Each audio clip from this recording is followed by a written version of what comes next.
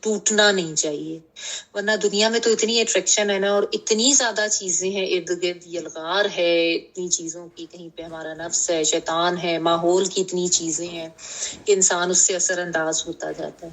تو اس کی وجہ یہی ہے کہ اس سے رشتہ مضبوط نہیں ہے. تو یہ جو اعتصام باللہ ہے نا، اس کا مطلب یہ ہے کہ اللہ کے دین سے، اللہ کے احکامات پہ، جو کہ ہمیں پتہ ہی اس قرآن مجید سے چلتے ہیں، تو ذرا اس سے جب جڑ کے رہیں گے تو پھر ہی آپ سیدھے راستے پہ رہیں گے.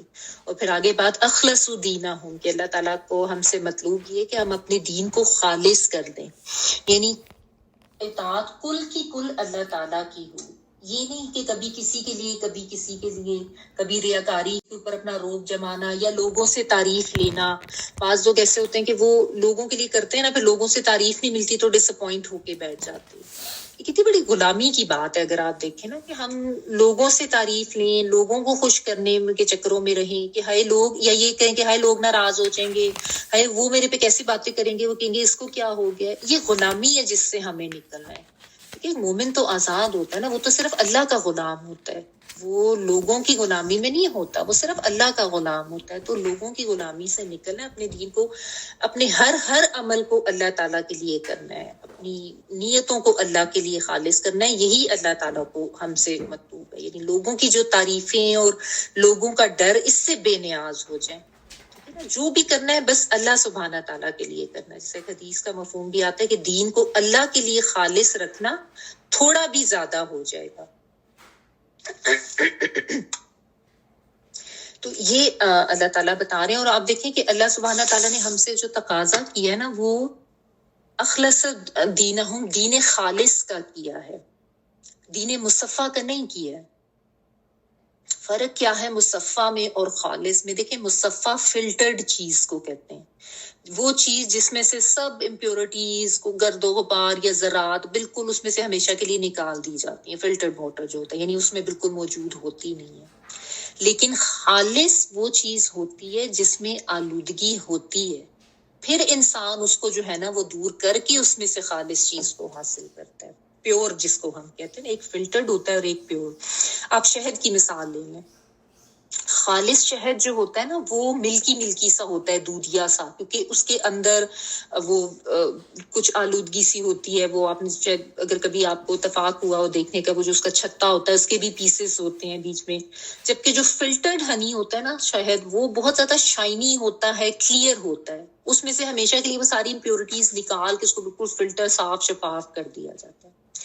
تو ہم سے جو دین خالص کا تقاضا کیا گیا نا، مطلب یہ ہے کہ انسان کی زندگی سے جو آلودگیاں ہیں وہ ہمیشہ کے لیے ختم تو نہیں ہو سکتی، وہ رہیں گی، لیکن اسی میں سے ہم نے اپنے دین کو خالص کر کے، اپنی ایک کوشش کر کے ہر عمل کو اللہ سبحانہ تعالیٰ کے لیے کرنا ہے. یعنی کہنے کا مطلب یہ ہے کہ دیکھیں، کوئی یہ دعویٰ نہیں کر سکتا کہ اب تو میری زندگی بڑی کرسٹل کلیئر ہو گئی ہے، اب تو میں نماز پڑھتا ہوں تو میری نماز بھی بڑی اعلیٰ درجے کی ہو گئی ہے، اب تو میں آئندہ کوئی گناہ کر ہی نہیں سکتا، یا میں عمل کے لحاظ سے اپنے آپ کو میں نے اتنا انتہائی کمال پر خود کو پہنچا دیا ہے کہ بس میں تو بہت فٹ، بہت زبردست ہو گیا ہوں، اعلیٰ مقام پہ پہنچ گیا. ایسا کوئی بھی دعویٰ نہیں کر سکتا نا. انسان جب بھی کوئی عمل کرتا ہے اس کے اندر آلودگی کا امکان تو رہتا ہے نا.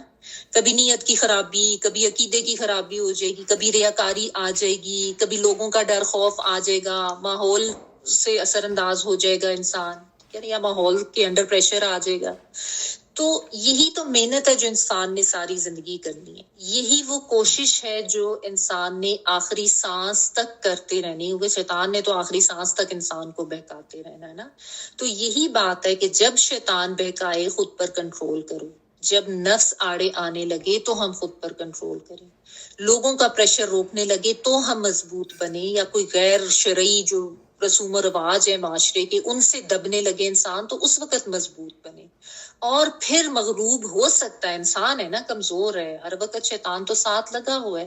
غلط ہو جائے، گناہ ہو جائے، غلطی ہو جائے تو توبہ کر لو، اللہ سے استغفار کر لیں، پلٹ جائیں. مایوس ہو کے نہ بیٹھیں کہ ہماری توبہ نہیں ہو سکی، کیونکہ ہوتا ہے جب انسان پڑھتا ہے، سمجھتا ہے، پھر انسان کو بہت ندامت ہوتی ہے، شرمندگی ہوتی ہے، اور پھر انسان کہتا ہے کہ اب میں کیا کروں، اب میرے ساتھ کیا ہوگا، یا میں بعض دفعہ پھر ایسے ہوتا ہے کہ ایسے شیطان جو ہے نا وہ اتنا زیادہ غم میں مبتلا کر دیتا ہے کہ دیکھو تم تو بڑے گناہ گار ہو، تمہاری تو توبہ نہیں قبول ہونی، تم نے تو اتنے گناہ کیے. یہ نہیں ہے. جس وقت بھی انسان کو احساس ہو جائے کہ میں نے غلط کیا ہے، بس یہ بہت بڑی اللہ سبحانہ تعالیٰ کی طرف سے ایک رحمت ہے، احسان ہے اللہ تعالیٰ کہ اللہ تعالیٰ نے توبہ کا دروازہ بند نہیں کیا تاکہ انسان جو ہے وہ مایوسیوں میں نہ پڑ جائے. یہ اللہ تعالیٰ بتاتے ہیں، ساتھ ساتھ عذاب کا بھی بتاتے ہیں، سزا کا بھی بتاتے ہیں، لیکن ساتھ ساتھ اللہ تعالیٰ یہ نوید، یہ خوشخبریاں بھی دیتے ہیں. اب آپ دیکھیں یہاں پہ کن کے لیے یہ خوشخبری دی گئی ہے؟ ان منافقین کے لیے بھی. الا الذین تابوا، ساری بات کر کے کہ اللہ زینہ جو یہ کرتے ہیں وہ کرتے ہیں، یہ صفات ہیں ان کے بعد کہا گیا سوائے وہ لوگ جو توبہ کر لیں، جو پلٹ آئے. پلٹتا وہی ہے جو غلط پہ گیا ہوتا ہے، وہی پلٹ کے آتا. نہیں یعنی گمراہی کے راستے پہ گئے ہوئے تھے تو وہ پلٹ کے آئے. تو ایسے لوگوں کے لیے اللہ تعالیٰ کی طرف سے خوشخبری ہے، رحمت ہے اللہ تعالیٰ کی کہ اللہ تعالیٰ معاف کر دیتے ہیں اگر انسان صدق کے دل سے توبہ کی شرائط کے ساتھ جو ہے وہ توبہ کرے. ٹھیک ہے.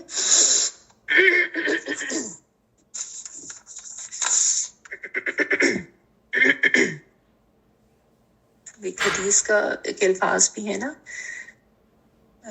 کلو بنی آدم خطاؤں و خیر الخطائین التوابون، یعنی تمام جو، اللہ تعالیٰ مجھے معاف کرے گا میں الفاظ کو تھوڑے سے غلط بول رہی ہوں، کہ تمام بنی آدم جو ہیں یعنی تمام انسان جو ہیں وہ خطا کار ہیں، اور بہترین خطا کار وہ ہیں جو توبہ کرنے والے ہیں، جو توبہ کر کے پلٹ آتے ہیں. اتنا زیادہ تو اللہ تعالیٰ کی طرف سے دیکھیں ہمیں حوصلہ دیا گیا ہے اور توبہ کی جو ہے وہ ترغیب دی گئی ہے.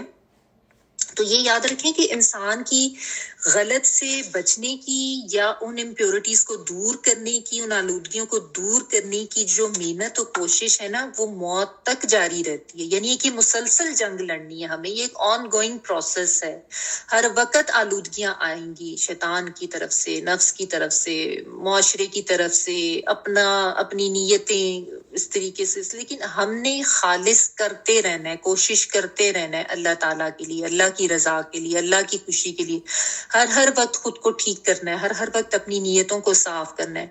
ہر عمل کرنے سے پہلے نیت، سوچ اللہ تعالیٰ کی اس کے لیے کر رہے ہیں.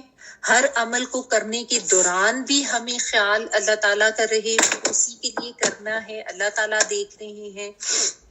اور ہر عمل کرنے کے بعد بھی اللہ کا تقوی اور اللہ کی پکڑ کہ ہم نے اس کے سامنے حاضر ہونا ہے اور اللہ سے اجر لینا ہے، آخرت میں لینا ہے. یہ ہے اللہ کے لیے دین کو خالص کرنا. اور یہ یاد رکھنا چاہیے کہ کوئی موقع ایسا نہیں آتا کہ شیطان باز آ جائے گا. اس نے تو قسم کھائی ہوئی ہے اور اس کو تو مہلت ملی ہوئی ہے آخرت تک، اس نے کرتے رہنا ہے. تو الا یہ کہ اللہ تعالیٰ اپنی رحمت سے ڈھانپ جو ہے نا، ان النفس لامارۃ بالسوء الا ما رحم، کہ نفس تو انسان کو برائی کی طرف لے کے جاتا ہے، الا یہ کہ اللہ تعالیٰ اپنی رحمت سے بچا لے. اور اللہ تعالیٰ کی رحمت کا وعدہ ان کے لیے ہے جو توبہ طائب کرتے ہیں، جو ہدایت مانگتے ہیں، جو بچنے کی کوشش کرتے ہیں. تو استغفار کرنا ہے، ندامت کرنی ہے، لیکن پھر ساتھ ساتھ اصلاح بھی کرنی ہے، پکے عزم سے، مضبوط ہو کے. ٹھیک ہے. تو اس لیے یہ فرمایا کہ جو توبہ کر لے، اصلاح کر لے، دین کو مضبوطی سے تھام لے اور اپنے دین کو خالص کر دے اللہ تعالیٰ کے لیے، تو پھر ایسوں کے لیے وعدہ ہے کہ اللہ تعالیٰ ان کو مع المؤمنین، مومنوں کے ساتھ شامل کرے گا اور اجر عظیم بھی دے گا. ٹھیک ہے. تو کوئی یعنی انسان کو مایوس ہو کے بیٹھنے کی ضرورت نہیں ہے، بس یہ کہ کچھ کرنے کی ضرورت ہے. ٹھیک ہے. اب یہی ہے، ان آیات کو پڑھ کے ہم نے اپنا محاسبہ کرنا ہے، خود پر رکھ کر سوچنا ہے، دوسروں کے انالیسس نہیں کرنے نا. ایک ہمارے ساتھ یہ بھی بڑا مسئلہ ہے، ہم فوراً دوسروں کے اوپر ڈالنا شروع کر دیں. دیکھا وہ فلان جو ہے نا وہ منافق ہے، وہ ایسے کرتا ہے.